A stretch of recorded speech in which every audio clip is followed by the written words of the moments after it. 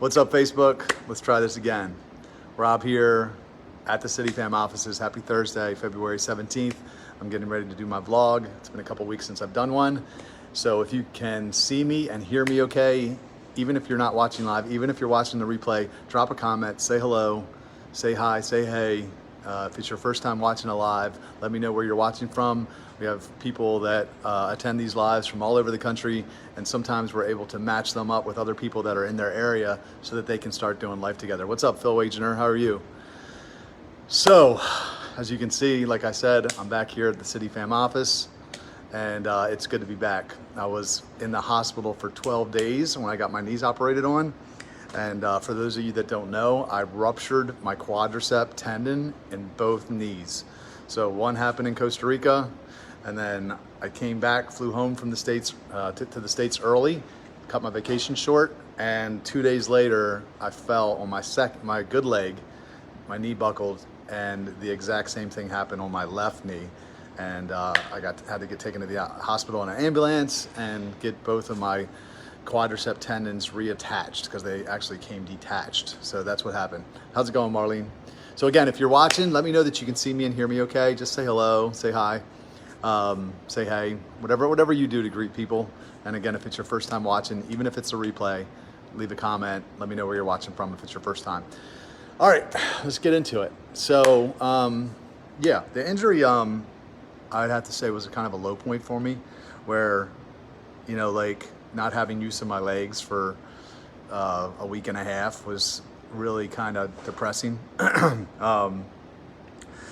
Navigating the whole thing, like the surgery, like being taken to the hospital, and I didn't have any kind of insurance or medical assistance or Medicaid, and it was really, you know, a time where I was able to reflect on kind of, you know, my life really, and think about, you know, I was trying to question myself, like, what is God trying to teach me through this?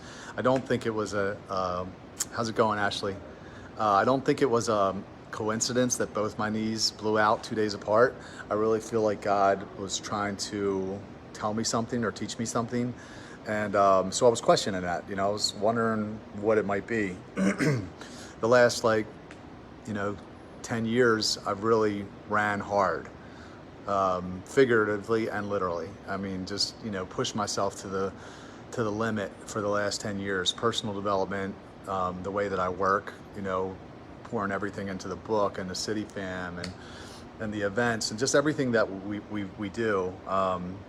Everything played a distant second to those things. Like me, I didn't take care of myself. Like I said, I haven't had health insurance for 10 years. I just didn't even think about what makes me happy. Like, my family was a distant second. Relationships, I mean, I didn't date because it was just I was so focused on the mission and accomplishing what I believe God, you know, had showed me to do, that I just didn't, you know, I didn't dedicate time to these other areas. So when my knees blew out, man, it really, you know, I realized I was pretty bitter. You know, I was bitter because I'd given so much to all the cause, and I didn't take care of myself. Like, you know, again, having to go to the hospital, not even knowing how I was gonna be able to pay for this. So, you know, I think what I learned from all this was, like, I'm not gonna do that anymore. I am gonna work hard. I'm going to, you know, I'm in the office now. I'm gonna work, you know, 40, 50, maybe 60 hours a week. I don't know, but I'm not gonna not take care of myself anymore. I'm not gonna not leave work early to go to my family's house to have dinner, or, you know, take off on a Saturday to spend time with a friend, or, you know, dedicate some time to pursuing a relationship that maybe leads to marriage or whatever. Those are the things I didn't do before. And it, you know, like, somewhere, I was talking to somebody today when I was getting my hair cut, and I was like, something inside, when you do that, it gets pissed off, it gets bitter, and it's like, hey, you're not taking care of me, you know? And that's what I was feeling through all this. And it, you know, like, even with what happened on New Year's, which I want to talk about in a little bit, you know, like, when you're operating from that place of not being taken care of, you know, like, you're prone to make mistakes because, you know, like, you get, it's depressing, right? Like if you're not taking care of yourself, and you get to the point where you're neglecting, you're not being gentle with yourself, and you're just neglecting some basic needs that you might have, it puts you in a state where you get fragile and you're more prone to doing something that you shouldn't do. They in the program they talk about HALT: hungry, angry, lonely, and tired. So like, if you're not taking care of yourself, you might be lonely, you might be tired, and then you do something that maybe you shouldn't do. So yeah, I'm just, I feel like I got a little bit of a new lease on life. I've already started to look up some other, hobbies. I haven't had a hobby in, I don't even know how long. Working out, I don't consider that my hobby. That's more like, just kind of taking care of my health. It's not something that I necessarily enjoy and that fills my cup. I just do it because it's like maintenance. So I've already started looking into some hobbies. So I'm pretty excited about it. And I'm really just excited about getting my work-life balance back in balance, really. It's been so far out of balance for so long. And I feel like even mentally, I feel like I was carrying the weight of City Fam and why waiting works and everything that we were building. I really feel like we have the answer to a large problem.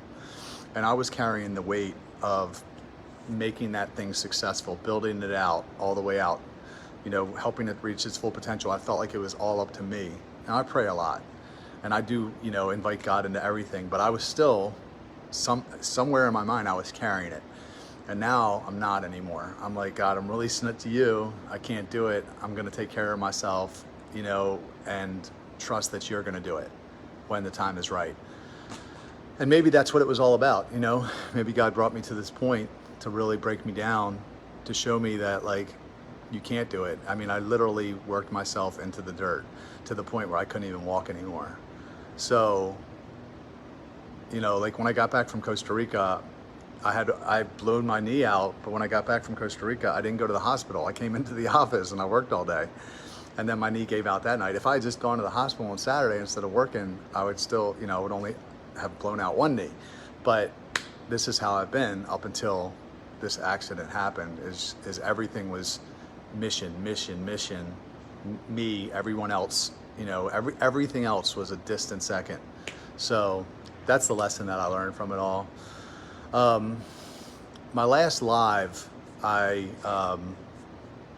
talked about, I was in Costa Rica for my last live, and I was fired up. I was mad when I made that live, because some people had questioned me about spending time alone in my room with a female that I was interested in, who happens now to be my girlfriend, by the way. This was someone that I had a working relationship with, and we just kind of clicked in Costa Rica, and we were hanging out, and some people had an opinion about that, and someone confronted me on social media, or through Facebook Messenger, and questioned me about it, and I really I was offended, to be honest. I was offended because I've done such a good job of living radically transparent. Not transparent, radically transparent, where I tell myself for everything that I've done. If I have a lustful thought, or I was tempted, to do something, I'll get on social media and I'll talk about that. So I don't need someone to come at me with something they suspect of me doing, because I live radically transparent.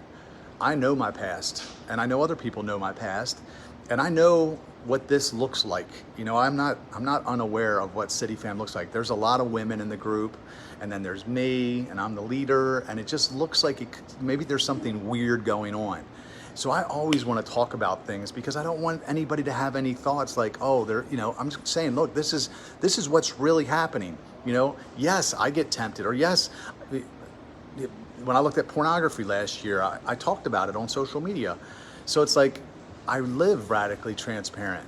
I don't need someone to confront me like they're trying to play sin police and try to catch me in something, so yeah, so I addressed it, and we ended up losing a group in City Fam because of it.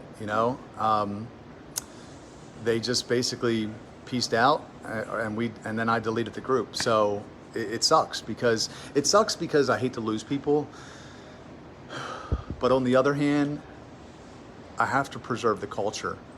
And when I think about, like, we're not a church. We're not, I'm not a pastor.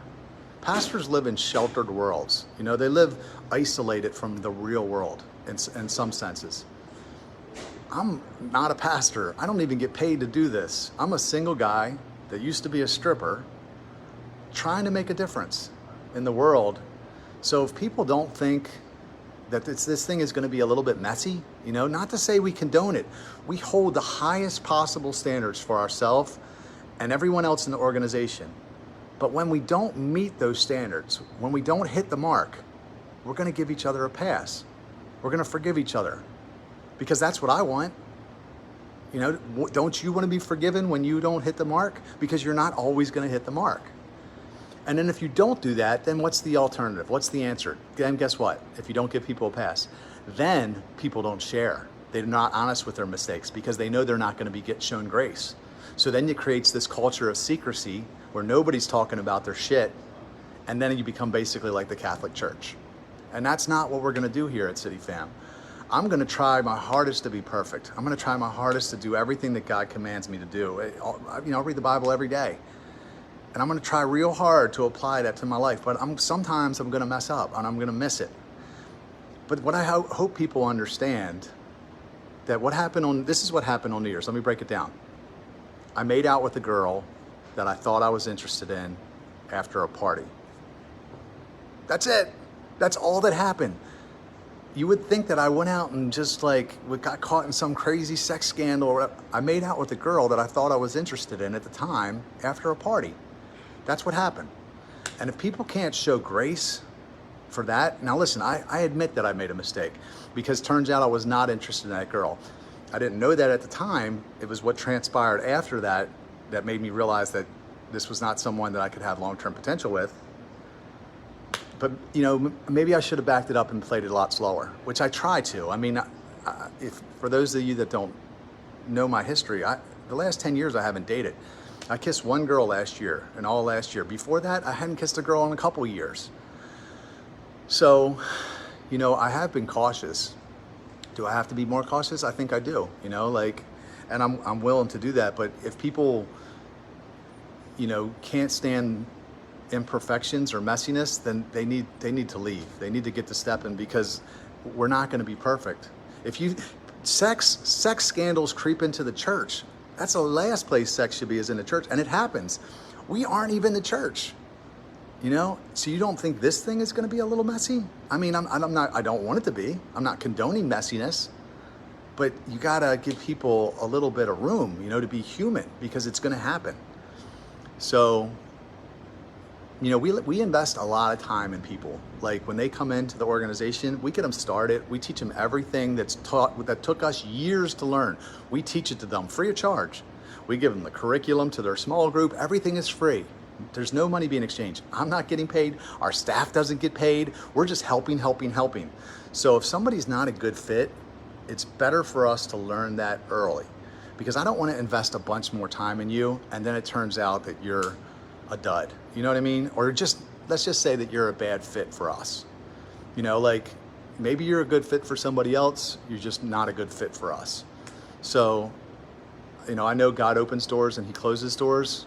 I heard Larry Kirk say, sometimes people bless when they come and sometimes people will bless you when they leave. And, I just try to keep an open mind and say look,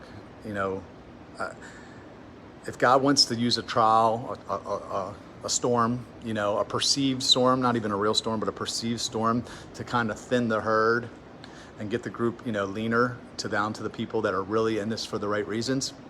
I'm okay with that. I'm okay with it being smaller. We don't need to have this huge group. What I'm more concerned about is preserving the right culture of the group where we are going to be honest. We're going to be transparent. That's one of our core values is authenticity. And we're also going to be gracious. Really gracious with each other, and we're going to give each other a pass because that's the only way people will ever open up and be honest is if we're able to talk about the things where we're falling short, I'm damn sure not perfect. And for whatever reason, God chose me to be in charge of this thing. So if you don't, I've lowered the bar for everybody. City Fam is for anyone because if I'm allowed to be in it, you're allowed to be in it. And I'm not always going to get it right. And when I don't, I'll be honest with you and I'll apologize, and I hope that you'll forgive me. And if you're not a kind of person that can do that, then find another group, you know? We give a lot of value to people. There's people that come in the group and they have an instant network of friends, instant community. They meet people all over the country that they start doing life with, but then the group's not perfect and then they get offended. Like, this is what I want people to understand. The group has never been perfect. They came into an imperfect group and they benefited from it. The group's not perfect. The people that are running it have never been perfect, but it still worked for you. You know what I mean? And you're not perfect, you know? So like, if the group were perfect, we wouldn't let you in because you're not perfect. So, you know, I feel like people need to extend the same amount of grace that they want for themselves. You know, if you want grace after you screw up, you better extend it, you know, or you won't get it. So, I don't know, I got some notes here.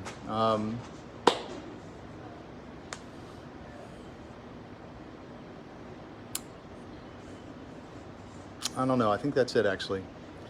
So we got a reach call tonight. I'll go through the comments here in a second. If you got any questions or comments, feel free to drop one. So every Thursday at 6 o'clock, we do a call called Reach. And we have about 10 different groups right now all over the country that are active. They're doing social events, they're doing service events. Some of them are doing small groups. Oklahoma City is about to become a City Fam chapter officially. So what we're looking for really is more people that want to bring City Fam to their part of the world. We really, you know, envision that there should be a City Fam in every nook and cranny of the world because there's people that need community everywhere.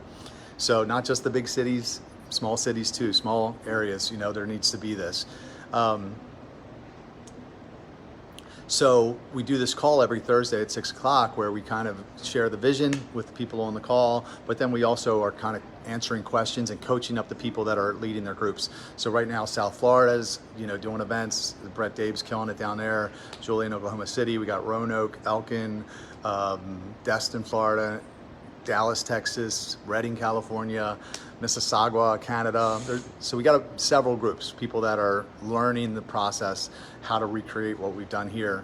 As we even get better here in Baltimore, as we continue to improve here in Baltimore, they're kind of coming behind us and learning the things that we've learned. So if you'd like more information about bringing City Fam to your part of the world, the part of the world that you're responsible for, as I like to say, then drop a comment, drop the word reach in the comments.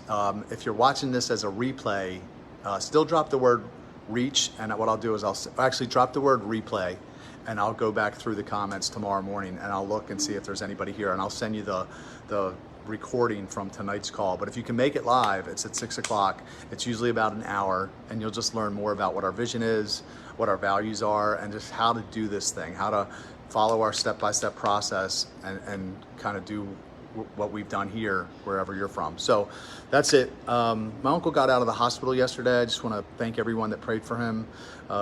Really excited to have him home. I actually may be moving in with him just to be his caretaker for a while. I'm not sure, something I'm thinking and praying about. We have a sold out Saturday event this Saturday in Baltimore called Fox Haven Farm is where we're serving. So you can go to the City Fam Facebook fan page and sign up for that. We would love to have you come out and volunteer with us. And let me just go through the comments here real quick. Okay.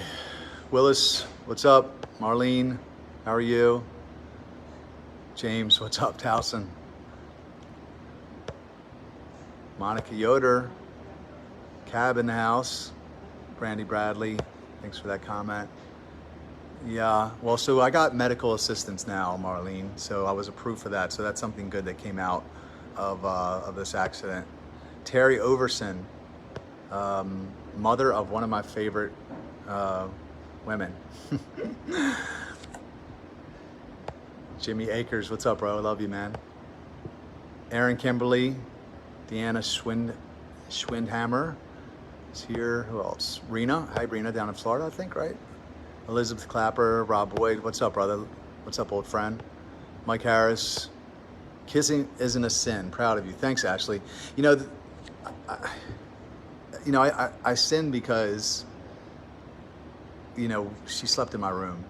Even though someone else was in the room. I never mentioned that on the live. I wasn't in the room by myself with her. There was someone else in the room.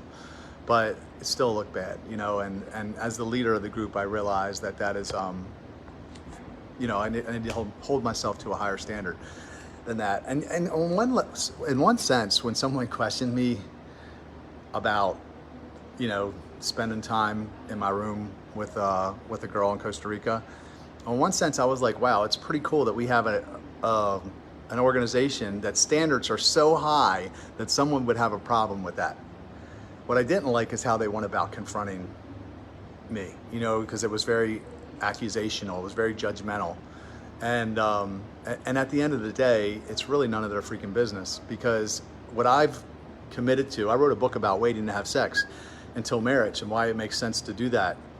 And how I go about doing that, how I go about accomplishing that is none of anyone's effing business. It's my business. It's none of their business how I go about accomplishing me waiting till marriage. Unless you're doing something, unless you're like some big financial supporter or donor, as long as I'm being honest and I'm being a person of integrity, which I've said I'm waiting, and I am, and the times that I have messed up, years ago, I talked about it, I confessed it on social media, then it's really none of your business how I go about it. You know, like I have people in my life that I trust and can speak into my life, but if you haven't earned that spot, then it's really none of your business, you know? So where I landed with it all is that I'm done defending myself. I'm just done. I'm not gonna do it anymore.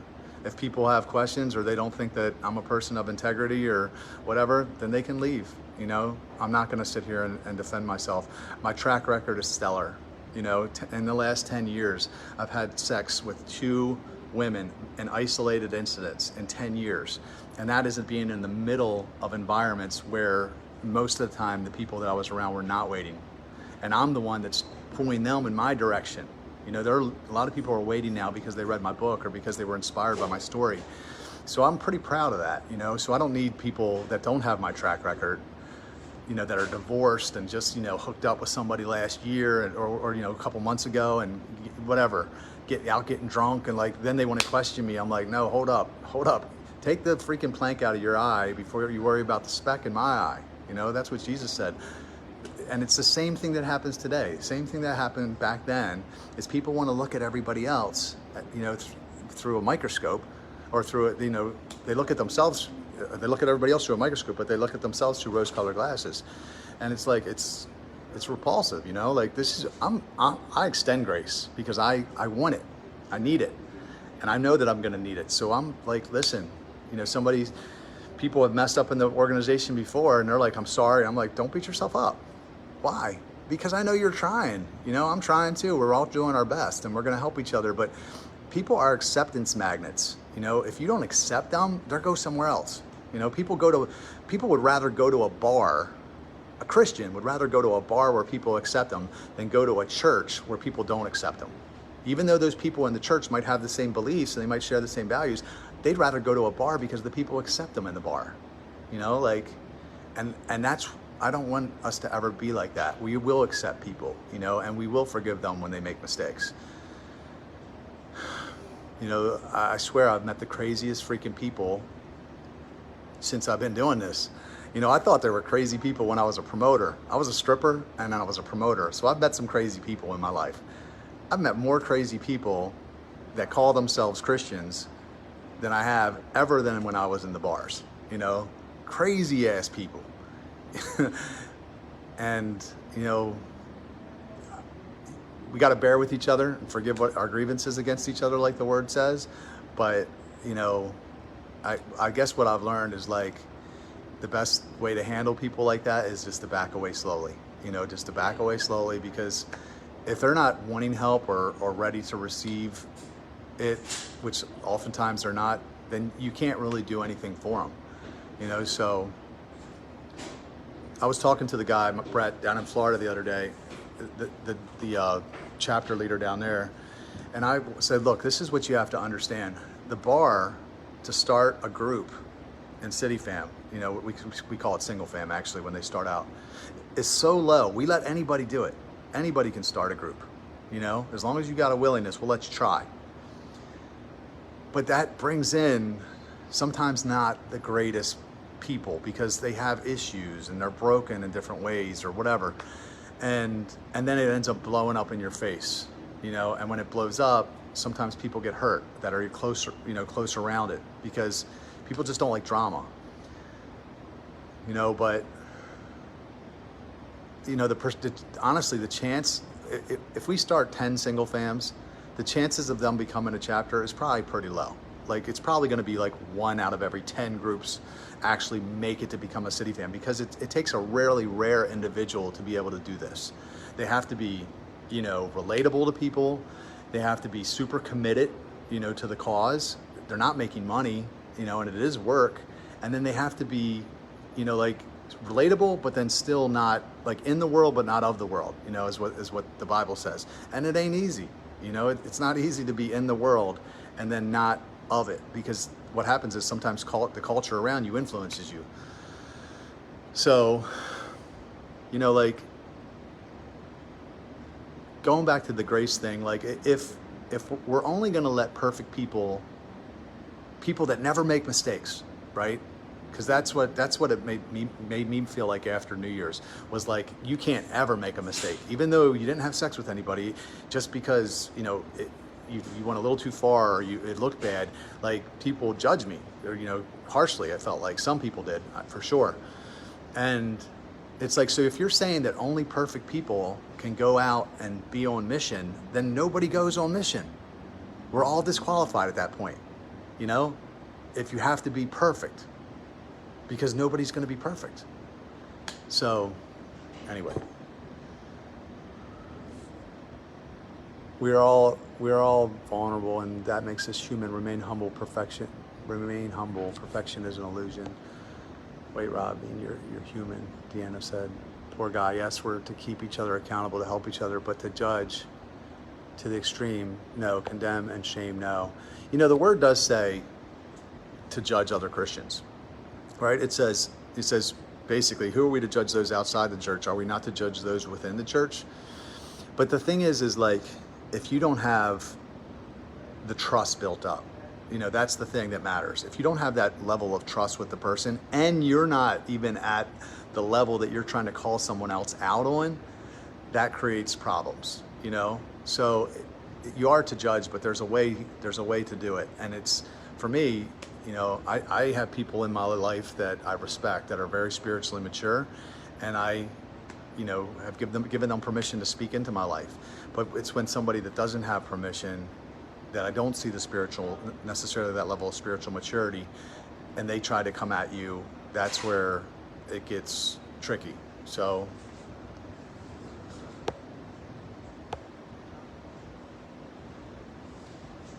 Ashley said, I spend a lot of time in the local recovery community and make it my life's work for people to not feel shame. Grace and love, people need that. Absolutely, Ashley.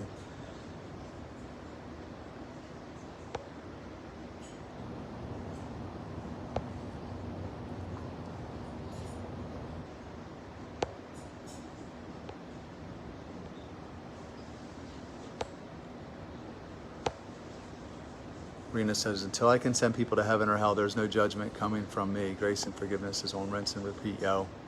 Love that. God is the only one you have to answer to, Rob. Do not worry what other people think. God knows your heart. It's all good. I mean, I'm a work in progress. I'll be the first to admit it. I'm a hot mess sometimes, but I'm trying. I'm out here every day. I'm working on myself. I just did Jackie Dorman's Heart Work program. I'm in the scripture every day. I'm reading books, listening to audible books. Like, I used to take girls home 10 years ago. I would take girls home from the club and I would have sex with them 2 at a time. Never even took them on a date. We would just go home and sleep together. Now that was obviously wrong. That was clearly wrong. But like, now I kissed a girl that I thought I was interested in after hanging out with her 4 or 5 times. And I think that's progress, Like, I'm not perfect, but I feel like I'm doing pretty good, So, yeah, we'll keep it small if we have to, We'll have less groups, we'll have less leaders. The right people will come in time. The people that understand what this is and what we're trying to do, God will send them. The religious people, the judgmental, self-righteous people, they'll come maybe at first, but then they won't stick around. The funny thing is those critical people, like I just mentioned, they have opinions. I've heard plenty of opinions about CityFam, plenty of criticisms about CityFam. People, they don't get involved for this reason or that reason. But I see these people, I watch their lives, and they never bring anybody to church. I don't see them doing anything really. But yet they have this criticism of us, and we are doing a lot. We bring a lot of people to God. We do a lot of good in the world. We're not perfect, but we're doing a lot of good. And these people are over here criticizing, and they ain't doing shit, you know? And what's right, you know? What's more right? You don't have to necessarily do anything with us, but if you ain't never got a guest in church with you, and you're a believer, and you think maybe that we're living in the last days, which is what a lot of Christians believe, and you ain't never got a guest, you're doing something wrong. I'm telling you right now. So that's it. Love you guys. Talk to you later. See you.